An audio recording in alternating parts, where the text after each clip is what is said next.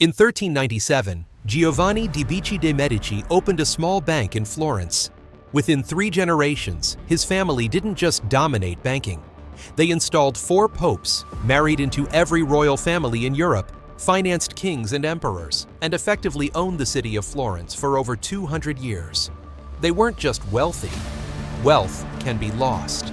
The Medici built something more permanent, a system where money bought political power.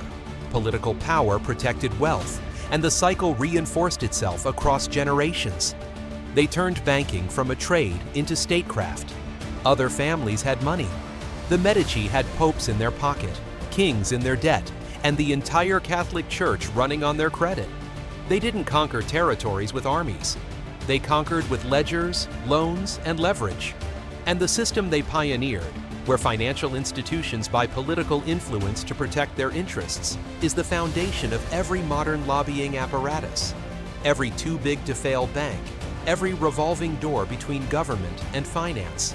This is the story of how one family used banking to buy the most powerful institution in medieval Europe, and why that blueprint still runs the world today. The Medici Bank didn't just lend money. It revolutionized how banking itself worked. At the heart of their success was double-entry bookkeeping, a system that the Medici helped popularize and perfect. Before double-entry accounting, financial records were chaotic. Merchants kept simple lists of debts and credits, but there was no systematic way to verify accuracy or track the overall health of a business. Mistakes were common. Fraud was easy. Trust was scarce.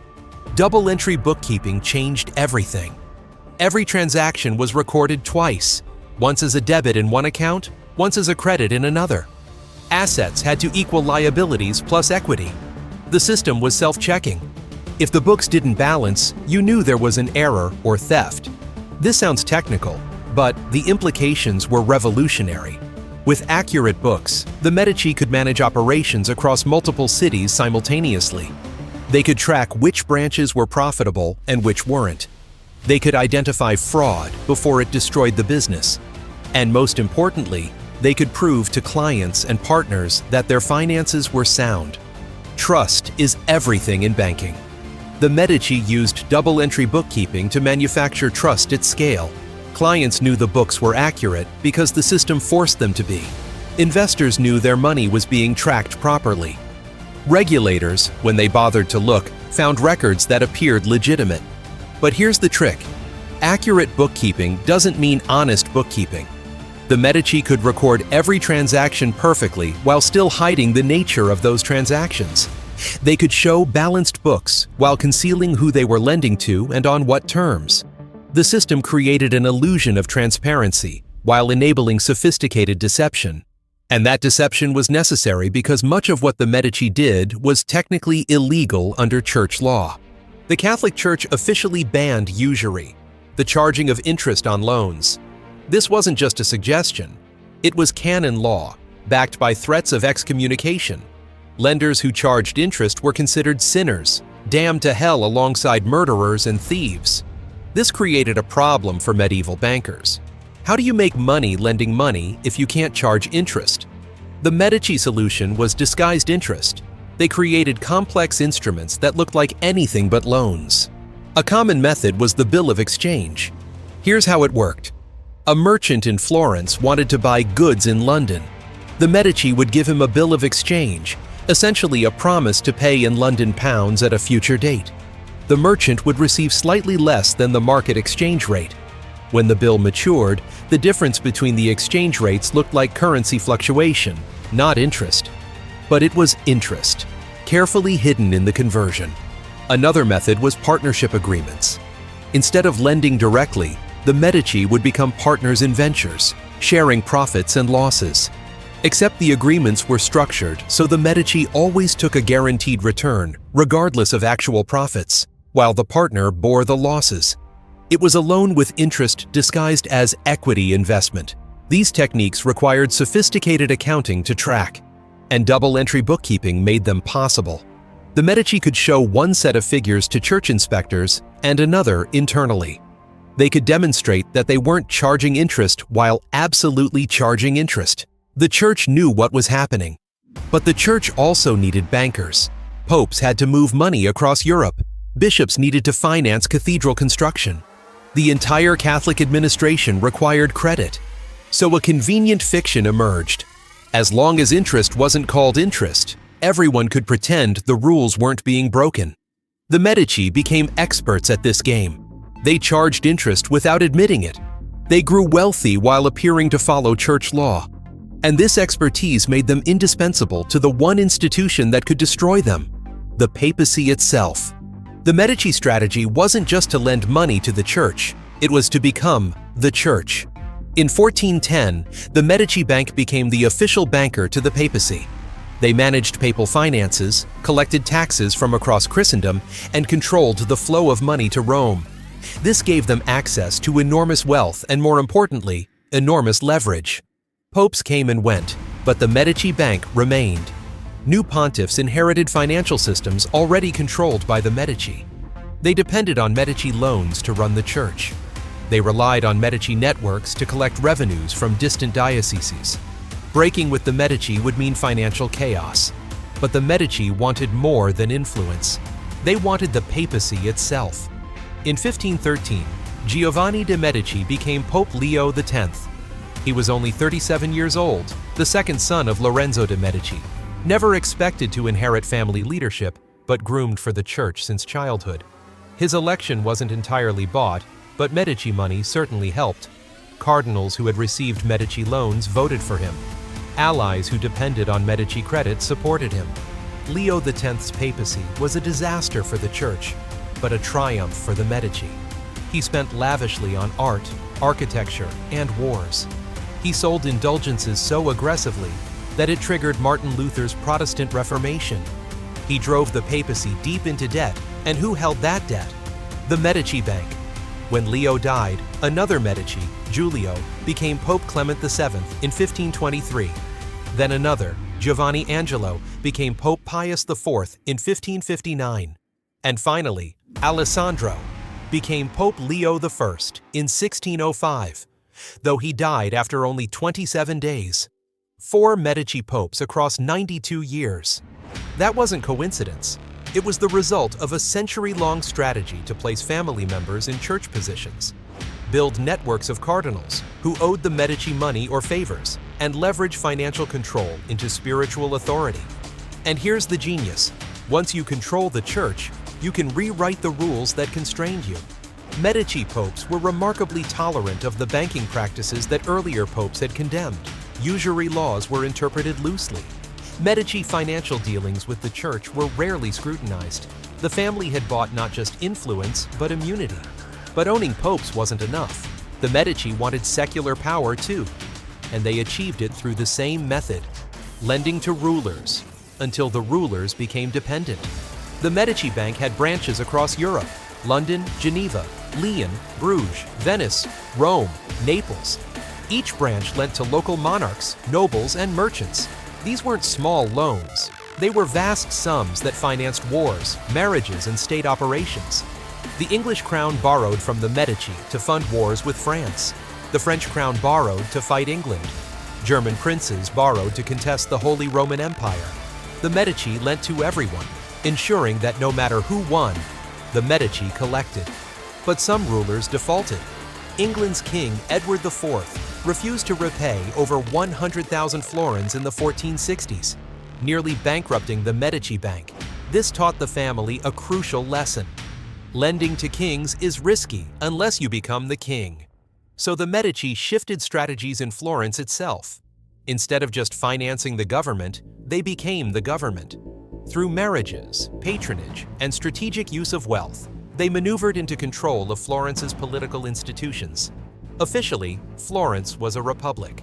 In reality, the Medici ran it. They didn't need titles. They appointed allies to government positions. They funded public works that made them beloved. They used their bank to reward supporters and punish opponents by extending or denying credit. By the late 15th century, the Medici were hereditary rulers of Florence in all but name.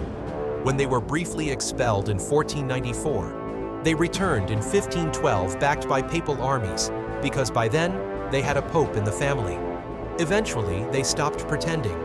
In 1569, Cosimo I de' Medici was named Grand Duke of Tuscany by the Pope, making the family official nobility. The bankers had become royalty, and the transformation was complete. The Medici understood that money alone couldn't buy permanent power. Wealth could be lost, banks could fail, but bloodlines were forever. So they married into royalty. In 1533, Catherine de' Medici married King Henry II of France, becoming Queen of France. She was only 14, and the match was considered beneath a French prince. But the Medici brought an enormous dowry and canceled French royal debts. Money bought acceptance. Catherine would become one of the most powerful women in European history, ruling France as regent for her sons and shaping French politics for decades. 3 of her sons became kings of France. Through her, Medici blood entered the royal line. Then in 1600, Marie de' Medici married King Henry IV of France, becoming another French queen. She too would rule as regent, consolidating Medici influence over French policy. The Medici arranged marriages with the Habsburgs, the rulers of Spain and Austria. They married into German princely houses. Every marriage was a strategic alliance backed by Medici money. Each connection spread their influence further. This was the genius of the Medici system. You didn't just lend money to kings, you became related to kings. You didn't just finance governments, you placed your blood in the line of succession. Money bought access, but marriage bought permanence. By the 17th century, Medici descendants sat on thrones and held titles across Europe. The banking family from Florence had infiltrated the royal houses of France, Spain, Austria, and beyond. They weren't just rich, they were related to everyone who mattered.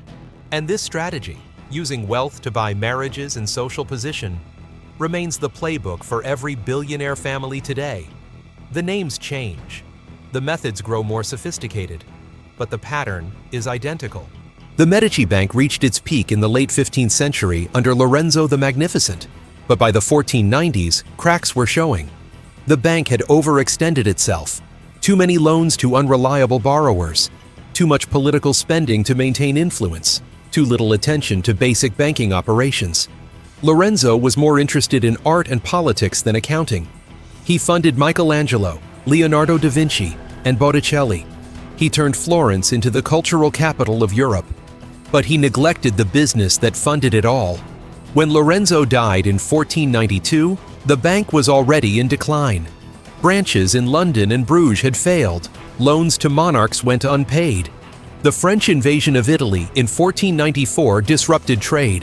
In 1494, the Medici were expelled from Florence, and without political protection, their business collapsed. The bank closed in 1494, ending over a century of dominance.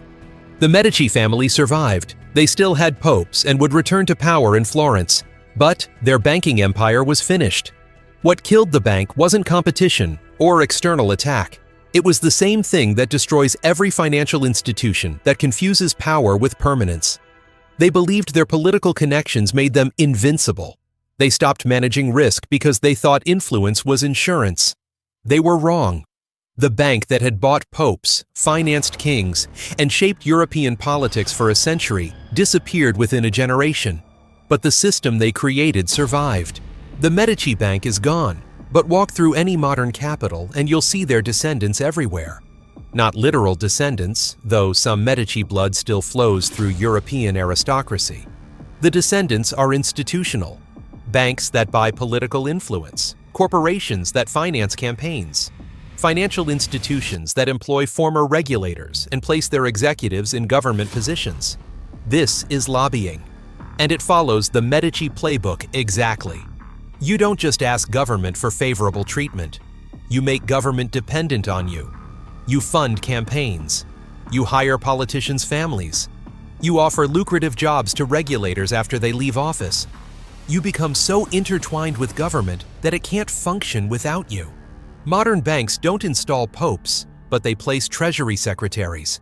Goldman Sachs executives have held top government positions in multiple administrations. The revolving door between Wall Street and Washington is so well worn it's considered normal, expected, even beneficial. This is regulatory capture, when the industry being regulated controls the regulators. The Medici understood this 500 years ago. They didn't fight church restrictions on usury. They captured the church itself, installed friendly popes, and rewrote the rules from within. Today's pharmaceutical companies don't fight the FDA.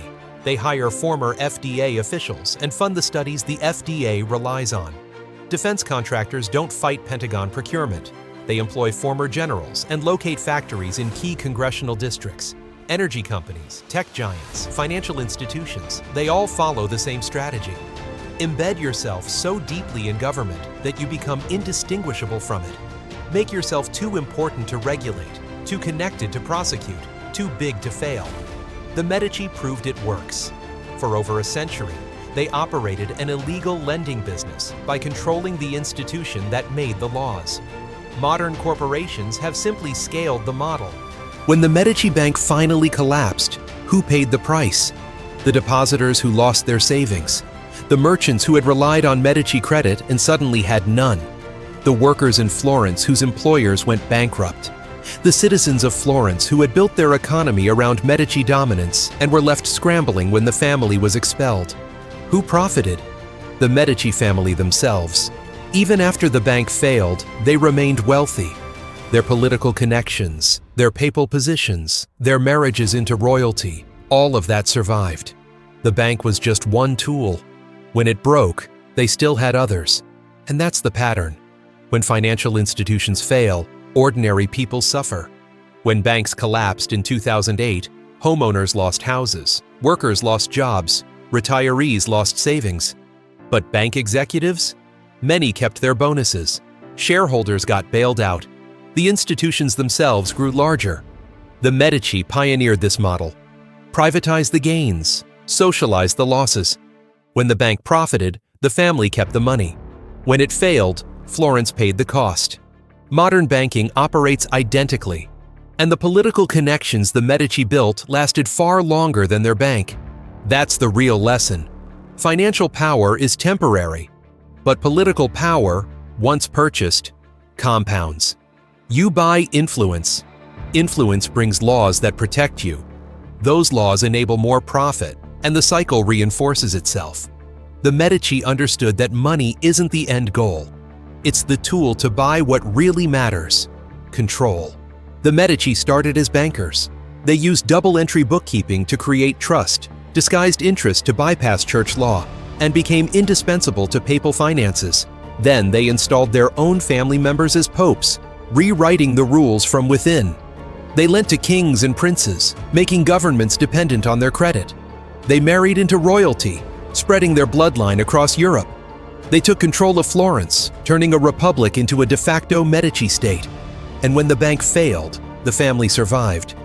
Because they had diversified beyond finance into politics, religion, and aristocracy. Now look at the modern world. Major banks finance government operations and campaigns. They place executives in regulatory positions. They lobby for laws that protect their interests. They become too big to fail, ensuring government bailouts when they gamble recklessly. Tech companies embed themselves in government surveillance and infrastructure. Defense contractors become indistinguishable from the Pentagon. Pharmaceutical companies influence the agencies that regulate them. The pattern is identical. Start with economic power. Use it to buy political power. Use political power to rewrite rules in your favor. Use those favorable rules to generate more economic power. And when the system fails, ensure you're protected while ordinary people pay the cost.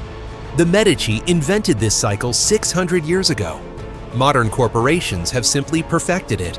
First, understand that the relationship between finance and government is not neutral. Banks don't just operate within political systems. They capture those systems. The Medici didn't lobby popes for favorable treatment. They became popes.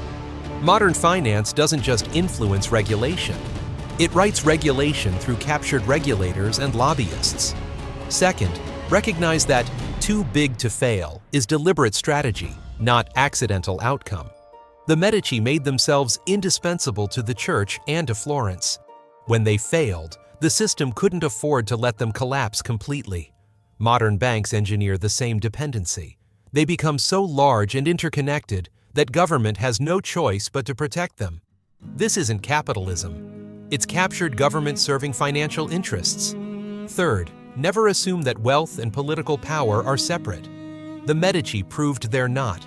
Money buys influence, influence protects wealth, and the cycle perpetuates across generations. When you see politicians defending policies that benefit banks at public expense, understand, that's not corruption failing to prevent.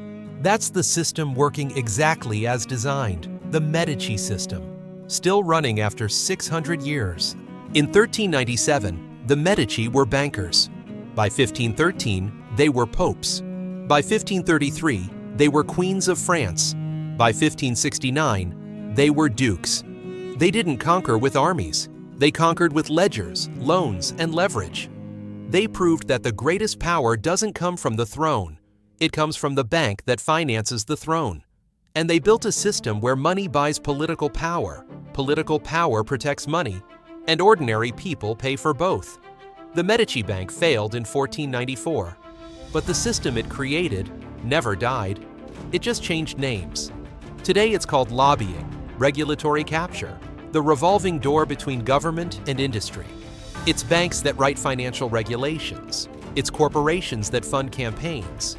It's executives who become cabinet secretaries, and regulators who become bank consultants. History doesn't repeat, but if you don't understand it, it will crush you all the same. The Medici bought the Papacy 500 years ago. Modern finance has bought something bigger, the entire system. And just like in Florence, the people holding the bills are the last to realize they're paying for it. If this gave you a new perspective, hit subscribe. History has the answers, and I'll show you where to look.